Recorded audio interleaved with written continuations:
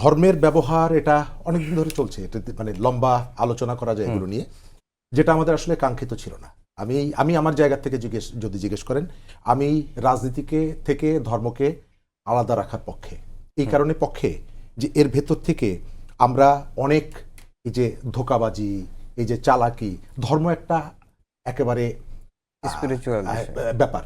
এটা পবিত্রতার জায়গা থেকে, আত্মশুদ্ধির জায়গা থেকে এটাকে রাজনীতির সাথে মিলিয়ে ধর্মকে ছোট করা হয়। আমি আজকে দুপুরে শুনছিলাম এনায়েতুল্লাহ আব্বাসী ভাই যেটি বলেনি, আমি সেই অংশটুকু বলছি।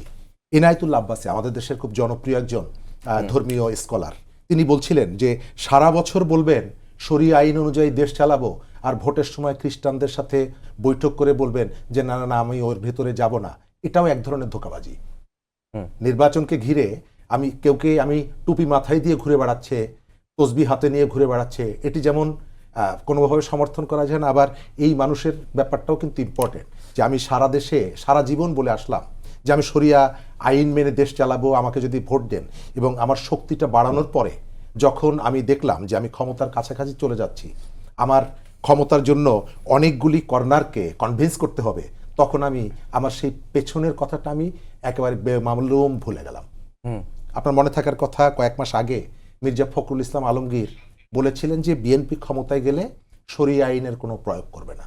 এবং এরপরে যারা সেই কথা বলার জন্য মির্জা ফখরুল ইসলাম আলমগীরকে সোশ্যাল মিডিয়া থেকে মেইন স্ট্রিম মিডিয়াতে বেধড়ক মানে অপমানিত করলো, লাঞ্ছিত করলো, সমালোচনা করলো, বিএনপিকে ধর্মবিরোধী বলে আখ্যা দিল, তারা কিন্তু এখন এসে বলছে নির্বাচনের সময় যে না আমরা আপাতত এটি প্রয়োগ করব না, যেভাবে দেশটা চলছে আমরা সেভাবে চলব।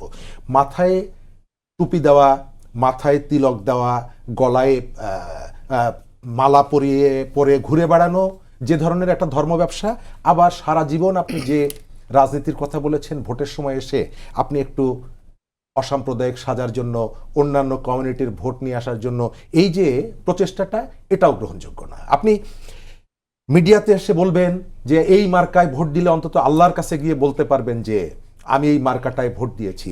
এটা আমি মনে করি যে নির্বাচন উপলক্ষে মাথায় টুপি দেওয়ার ভেতর থেকে ধর্মকে আপনি যেভাবে প্রদর্শনের জায়গায় নিয়ে গেলেন, তার থেকে অনেক গুণ অপরাধ হচ্ছে এই যে অপব্যাখ্যাটা দিচ্ছেন। নিশ্চয়ই আমরা ধর্ম সম্পর্কে যতটুকু ধারণা আছে, আপনি কোন মার্কায় ভোট দিয়েছেন অমুক নির্বাচনে, নিশ্চয়ই এই প্রশ্নটা মুখোমুখি হতে হবে না ওপারে গেলে। তো এই যে কথাগুলো, এইগুলো শুধুমাত্র ধর্মের ব্যবহার না, বরং ধর্মের অপব্যাখ্যা করা এবং ধর্মকে একটা ঠাট্টা মশকরার জায়গায় নিয়ে যাওয়া। আপনি আমার বক্তৃতা শুনলে আপনাকে ওয়াজ শুনতে হবে না, আমার মার্কায় ভোট দিলে আপনার ওয়াজ শোনা লাগবে না, এই যে বক্তব্যগুলো, এই বক্তব্যগুলো শুধুমাত্র ধর্মের ব্যবহার না, বরং ধর্মকে আপনি কটাক্ষ করছেন, ধর্মকে ছোট করছেন।